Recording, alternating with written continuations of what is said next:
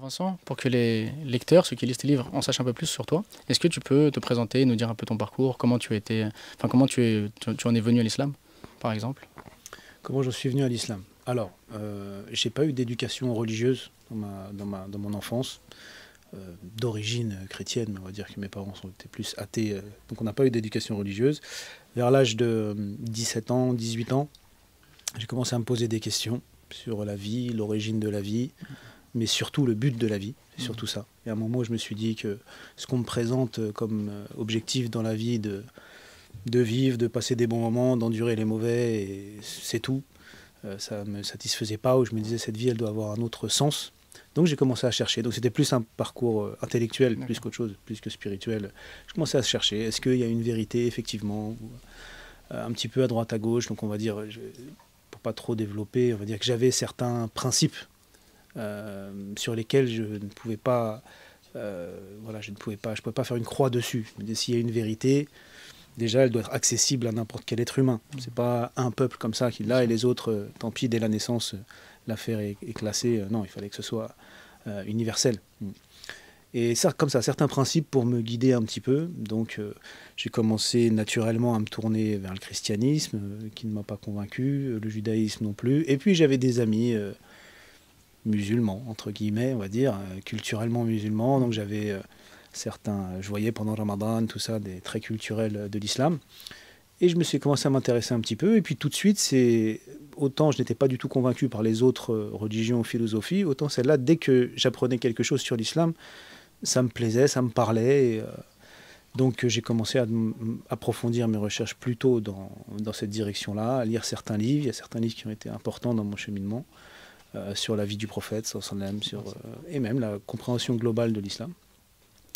Voilà, donc ça a été comme ça jusqu'à être convaincu que effectivement c'était la vérité. J'ai aussi lu le Coran en français, on va faire un Coran en français que j'ai lu. Il y avait aussi voilà, le fait de croire, est-ce qu'il y a un Dieu, donc au bout d'un moment j'ai été convaincu par ça, et même mon cœur s'est ouvert. Je me souviens même du jour où je regardais un arbre et je me suis dit qu'en fait c'était ce que j'ignorais complètement était devenu une évidence. Je me demandais mais comment j'ai pu passer à côté de ça. Et donc voilà, là je me suis converti, j'ai décidé de me convertir à l'islam, et après il y a eu le cheminement un petit peu plus spirituel. Mais à la base c'était plutôt un cheminement intellectuel. D'accord, très intéressant.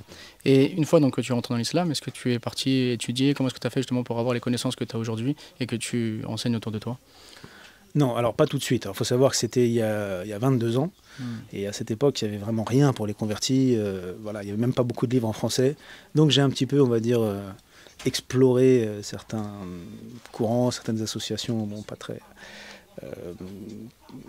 qui ne sont pas indiquées, on va dire. Mais bon, je faisais mon parcours pendant quelques années, jusqu'à ce que je me dise qu'il faut vraiment que j'aille dans un institut un peu plus sérieux, que j'apprenne vraiment concrètement, pas juste des petites informations à droite, à gauche, comme ça, dans les mosquées, dans les rappels.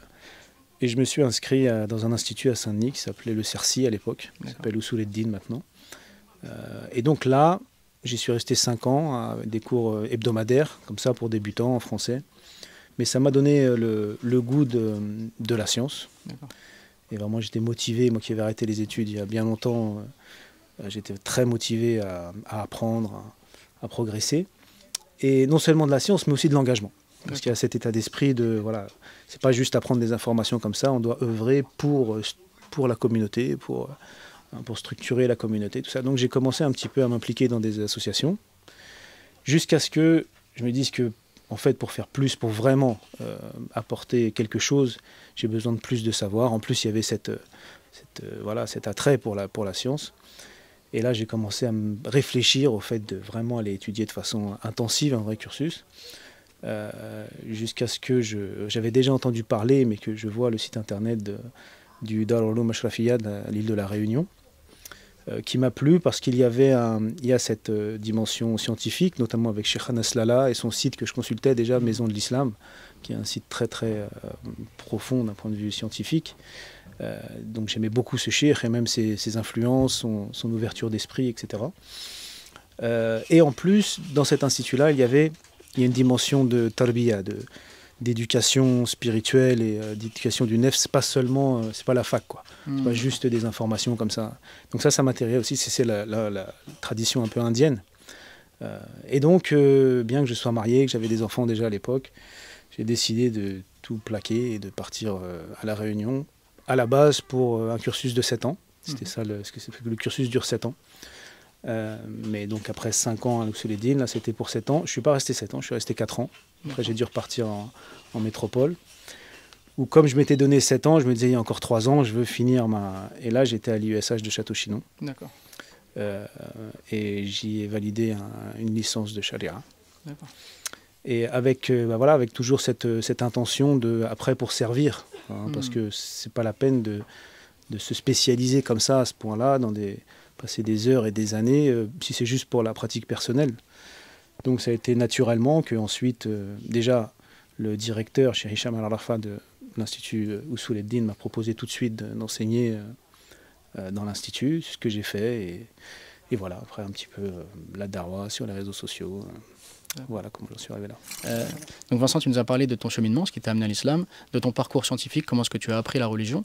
Maintenant que tu as du recul, de l'expérience et des connaissances, et tu vois donc cette demande de la jeunesse qui a envie d'apprendre, qui a soif de connaissances, pour toi, quelles sont les priorités, quelle est la manière dont il faut enseigner, quelles sont les informations qu'il faut donner justement pour pouvoir construire une jeunesse qui a envie, qui a un besoin de spiritualité, mais qui ne sait pas forcément par où commencer ou comment avancer, et qui peut donc se perdre en chemin. Je pense, Allahu A'lam, que c'est important de transmettre une vision globale de l'islam. C'est-à-dire, qu'est-ce que ça implique d'être musulman? Et pas juste les grands symboles comme faire la prière, jeûner le mois de Ramadan, faire le pèlerinage, ça que tout le monde connaît. Non, qu'est-ce que ça implique vraiment complètement? Parce que l'islam va intervenir dans tous les domaines de la vie. Mais comment est-ce qu'il intervient? C'est-à-dire donner cette vision vraiment globale de l'islam et en même temps cet islam qui s'articule toujours avec le contexte dans lequel on vit.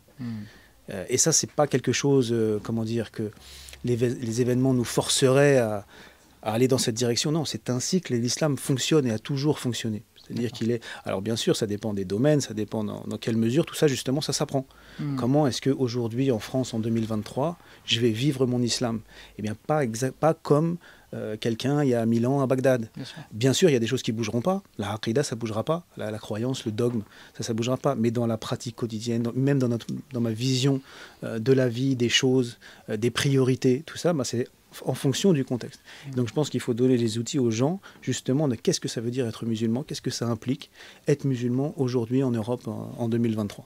Et tout ça, c'est un sujet très vaste et parce que parfois, on a un petit peu l'impression que la transmission de la religion, elle est un petit peu superficielle et un petit peu répétitive. Voilà, il faut être bien sérieux dans la prière, la spiritualité, éviter les choses haram. Bien sûr, tout ça, c'est très important et je ne dis pas du tout qu'il faut les mettre de côté.